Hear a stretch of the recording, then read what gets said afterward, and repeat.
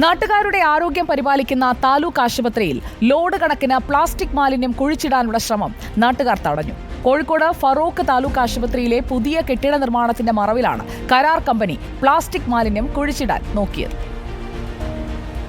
മാലിന്യം വലിച്ചെറിയാൻ പാടില്ല, പ്ലാസ്റ്റിക് കത്തിക്കാൻ പാടില്ല, ഇതൊക്കെ തന്നെ നമുക്കറിയാം. സർക്കാർ ബോധവൽക്കരണം നടത്തുന്നതാണ്. നമ്മുടെയൊക്കെ തന്നെ വീട്ടിലെത്തി ഹരിതകർമ്മസേന പ്ലാസ്റ്റിക് ശേഖരിച്ചുകൊണ്ട് പോകുന്നതാണ്. അങ്ങനെയുള്ളൊരു നാട്ടിലാണ് മാതൃകയാകേണ്ട ഒരു സ്ഥാപനത്തിൽ ഇങ്ങനെ ഒരു സംഭവം നടന്നിരിക്കുന്നത്.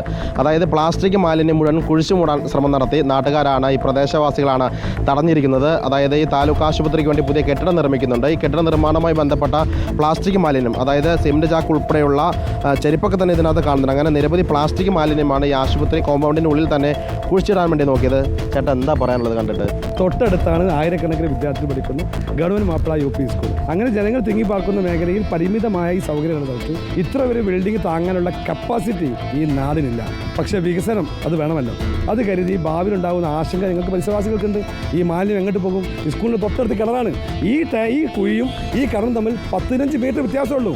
നാളെ ഈ മാലിന്യം ഉരുകി ആ കിണറിലേക്ക് പോയാൽ എത്ര കുട്ടികളുടെ ആരോഗ്യത്തിന് ഈ കമ്പനി ഉത്തരവാദിത്വം പറയും? ഇതിൽ ചെരുപ്പുകളുണ്ട്, സിമൻറ്റ് ചാക്കുണ്ട്, പിന്നെ 1-2 സിറിഞ്ച് കാര്യങ്ങളൊക്കെ ഞങ്ങൾ കണ്ടിട്ടുണ്ട്. ഇതിൽ പഴയ വേസ്റ്റുണ്ട്, പുതിയ വേസ്റ്റ്, ഈ ബിൽഡിങ്ങിൻ്റെ വേസ്റ്റ് എല്ലാം ഉണ്ട് ഇതിൽ. ഇത് നമ്മളെ സംബന്ധിച്ചോളം നമ്മൾ ഇതിൻ്റെ പ്രദേശവാസികളാണ്. തൊട്ടടുത്ത് എൻ്റെ വീട്. ഇതിൻ്റെ വിശ്വാസം വളരെയധികം നഷ്ടപ്പെട്ടു ഞങ്ങൾക്ക്. എന്ന് വെച്ചാൽ നമ്മളെ തൊട്ട കിണറിലൊക്കെ ഇതിന് മാലിന്യം എന്തായാലും വരുന്ന ഉറപ്പായിപ്പോൾ. എന്ന് വെച്ചാൽ ഇങ്ങനെ ചെയ്ത് പല സ്ഥലത്ത് ഇതേമാതിരി കുഴി കുത്തി ഇട്ടുണ്ടാകും, ഞങ്ങൾക്കറിയില്ലല്ലോ. എൻ്റെ മാത്രമല്ല, ഇതൊരു കുന്നിൻ്റെ മുകളില്ല.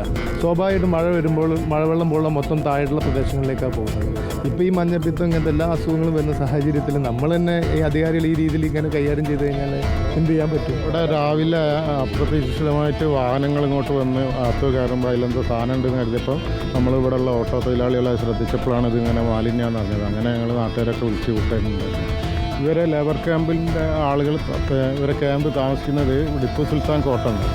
അവിടെയാണ് ഇവർ താമസിക്കുന്നത്. അവിടെയാണ് ഇവിടുന്ന് ആദ്യം എടുത്തുകൊണ്ടാൽ ഈ മാലിന്യം ഡംപ് ചെയ്തത്. അങ്ങനെ ഇപ്പോൾ മെനിയാന്നിട്ട് അവിടെ എന്തോ പ്രശ്നം ഉണ്ടായി, നാട്ടുകാരൊക്കെ തടഞ്ഞ് അവിടെ ഇത് തീയിട്ടിട്ട് മറ്റേ ഫയർ സർവീസൊക്കെ വന്ന് പോയതാണ്.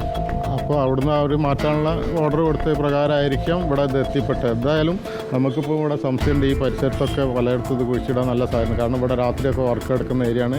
ഏതായാലും നഗരസഭയുടെ ആളുകൾ ഇവിടെ എത്തി പരിശോധന നടത്തി ഉടനടി തന്നെ നടപടി ഉണ്ടാകുമെന്ന് ചെയർമാൻ തന്നെ അറിയിച്ചിട്ടുണ്ട്. എന്താ നഗരസഭയ്ക്ക് എന്താ പറയാനുള്ള ഈ വിഷയത്തിൽ?